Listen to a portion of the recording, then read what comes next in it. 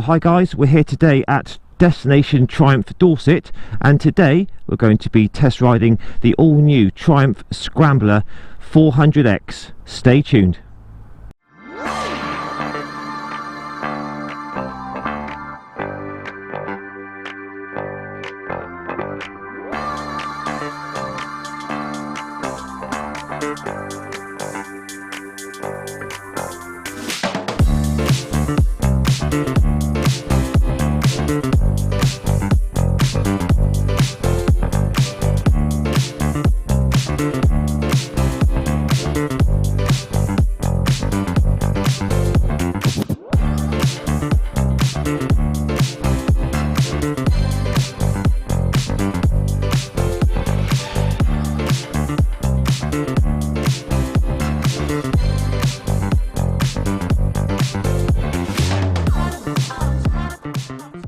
Well, hi guys, Mark here, and welcome today to a review on the all-new Triumph Scrambler 400.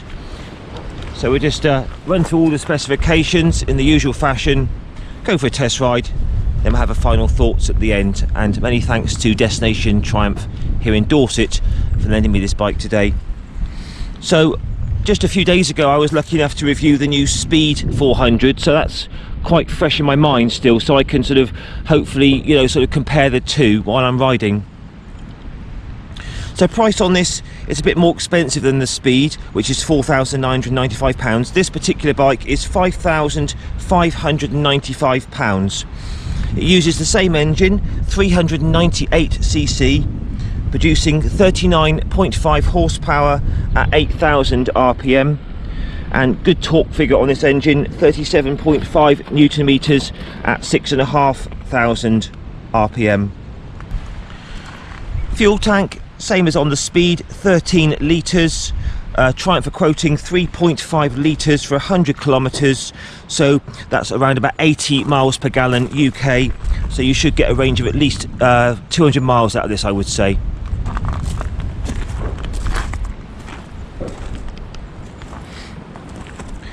Tyres, we've got Metzeler Karoo. We've got a 100 section on the front and a 140 section on the rear. So obviously this being like the sort of Scrambler version, we've got a block tread pattern here, so this bike is absolutely fine for very light tracks and trails. So noticeable change on this to the Speed is the seat height. It's 835mm seat height on this compared to 790 off this Speed. Just take a quick look at me on the bike, and as a reference, I'm 5'7" tall, 170 centimetres, 30-inch inside leg, and I weigh about 75 kilos, and you can compare that for yourself then.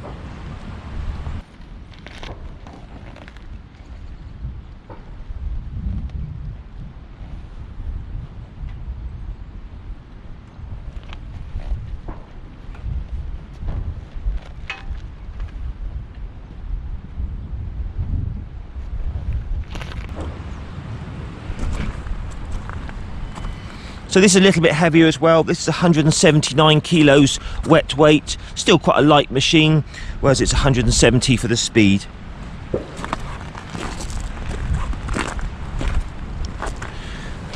Six-speed transmission on this, very smooth shifting, no problems at all so far.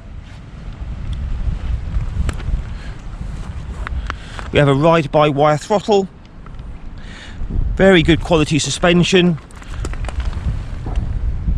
non-adjustable on the front, and we have a preload adjustable rear monoshock tucked in there.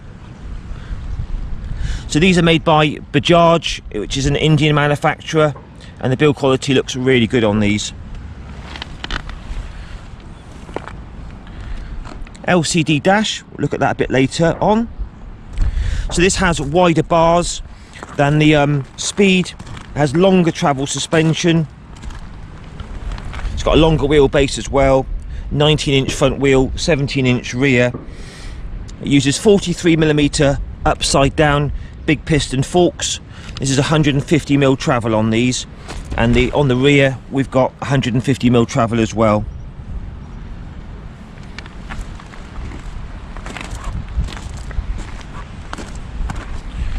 Braking is courtesy of Bybury, which is a manufacturer from Brembo, Very good strong braking on this.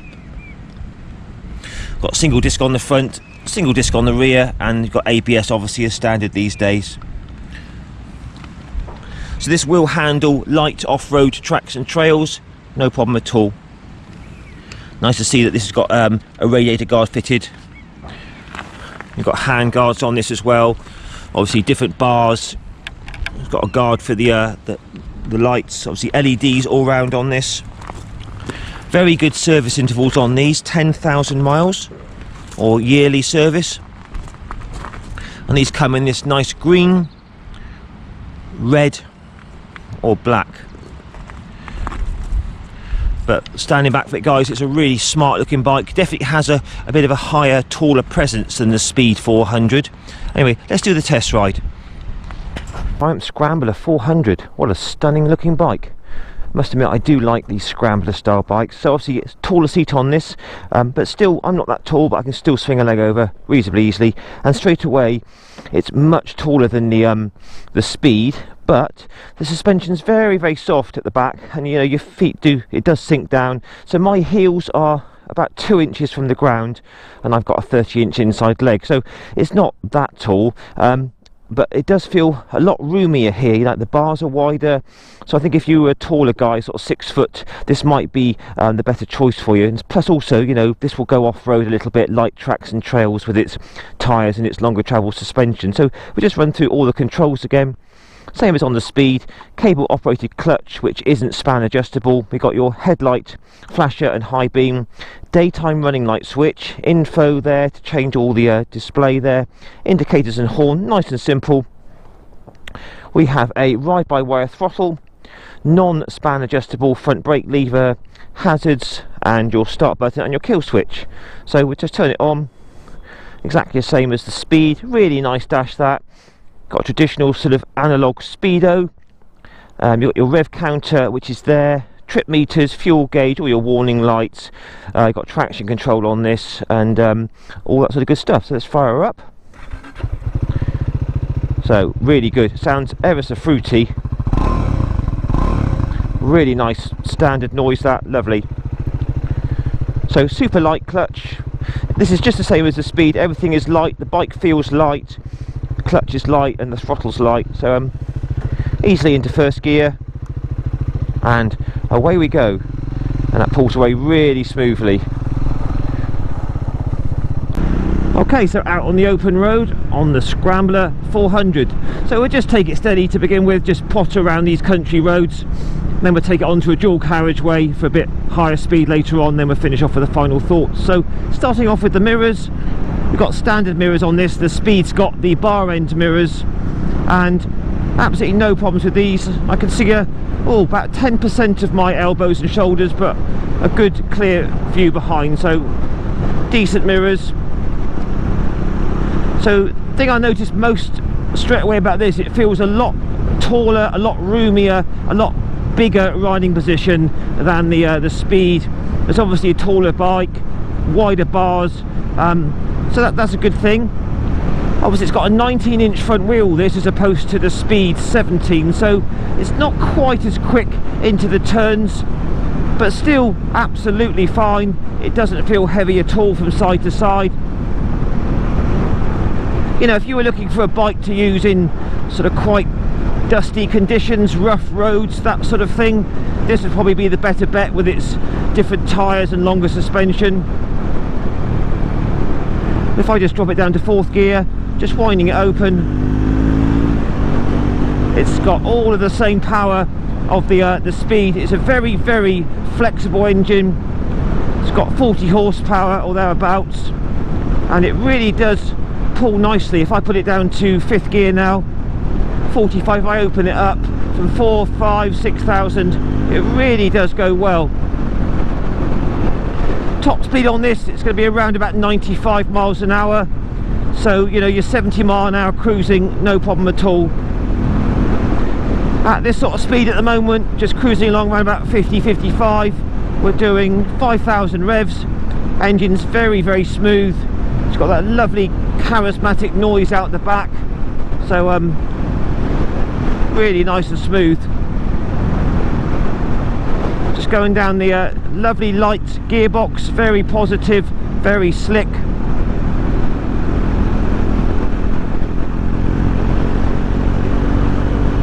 But, oh, it makes a wonderful noise when you open it up.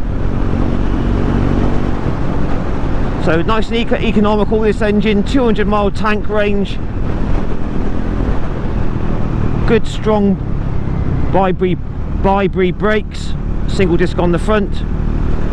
So around this bend, yeah, it tips in really nicely. Doesn't feel quite as precise as the Speed. You know, you can feel that you're on semi-knobbly tyres and it's a higher ride and bigger suspension travel, but on the whole it's still an absolute blast round the bends. Right, we'll just try the brakes out, nothing behind. Yeah, really strong. Third gear, just opening it up. Yeah, loads of go there. Very nice amount of power. So just second gear now, just winding it out. Oh, that goes well. So as you can see, sort of 55-60, no problem at all. Riding position, very, very upright. Totally acceptable amount of wind blast. Been on this bike about 45 minutes so far, and the seat feels really comfy. Plenty of leg room. I mean, if you were a 6-foot guy, you'd have tons of room to ride this. It would fit you absolutely fine. The Speed is obviously a bit lower and a little bit sportier in the corners. You can feel that this is a lot softer in the suspension. I mean, the Speed isn't exactly firm in the suspension, but this has a lot more give in the suspension. But that's, you know, what it's designed for, really, being slightly off-road biased. But round the bends like this, you can still more than hustle it round. Back brake is very good indeed.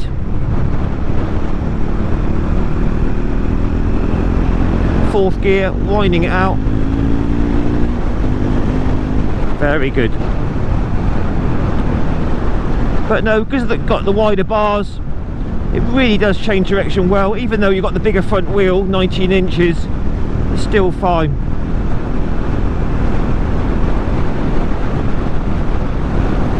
All the switch gear, exactly the same as the Speed, very, very tactile and easy to use. I can see my speed, gears and revs and fuel very easily.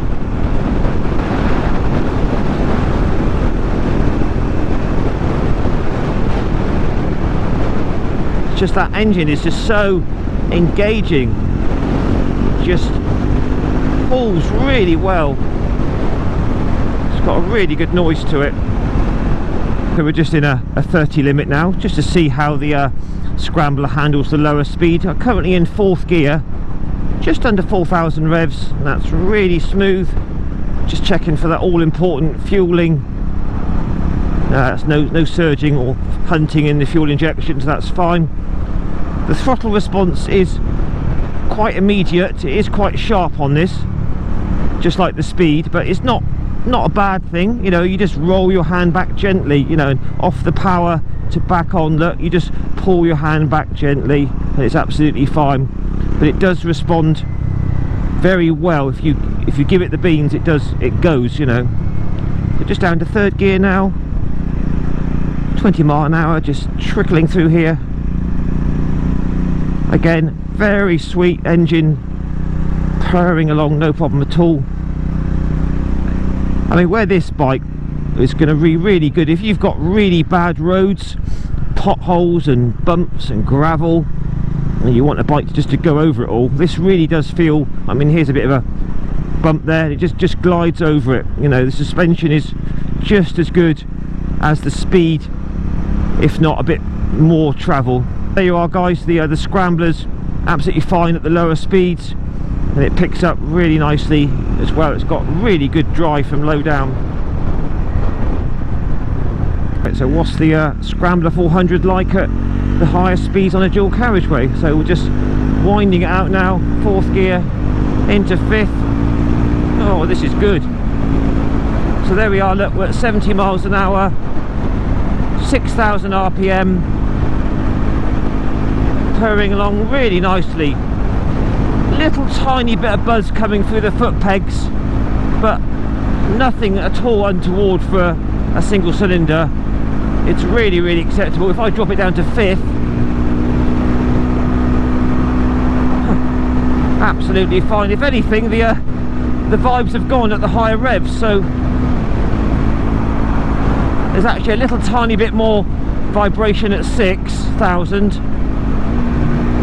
than there is at 7 or 8,000, so that's fine. Very stable. It's very, very windy today, but if I open it up, look, it's got plenty of go. Again, just fourth gear, opening it up.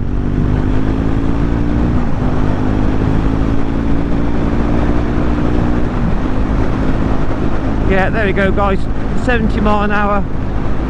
If I open it up, it still pulls really strongly, going on and on. So there you are guys, the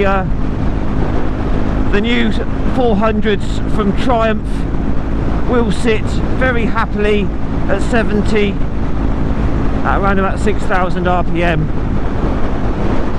Good stuff. Just wrap it up here.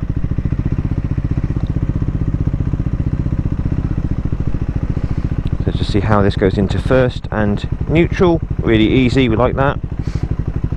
Little sound check. Very nice. And a little final look at that dash. So I'll just put it onto high beam and leave the indicators running. So side stand, not too bad to find, to be honest. You just put your foot on there, pull it out, decent side stand. And LED indicators and headlight. All very bright looking, that's good.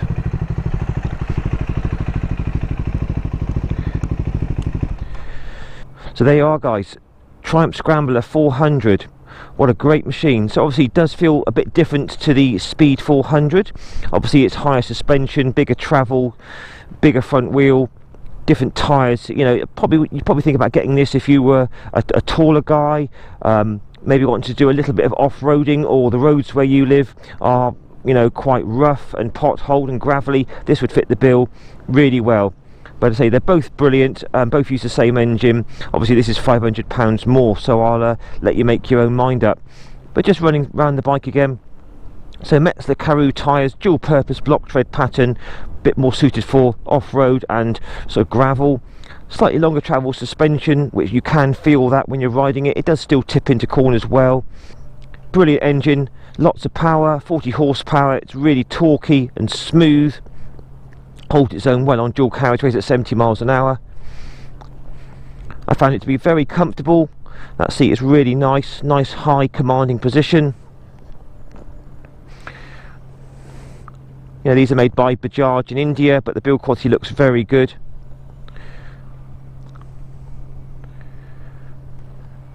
Brakes are the same as on the Speed by Bybury, very strong, progressive, good feel. Bike is, you know, it's a bit heavier than the Speed, but you don't really notice it, and it's easy to push around with quite a decent steering lock.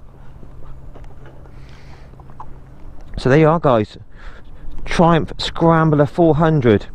What are your thoughts? Please post your comments down below. Give me a like, share and subscribe. Triumph have done really well on these two new 400s. I think that, well, I know they're selling really well. The dealers told me that they basically sold them all straight away. So yeah, they're going to be really, really popular. Anyway guys, please post your comments down below.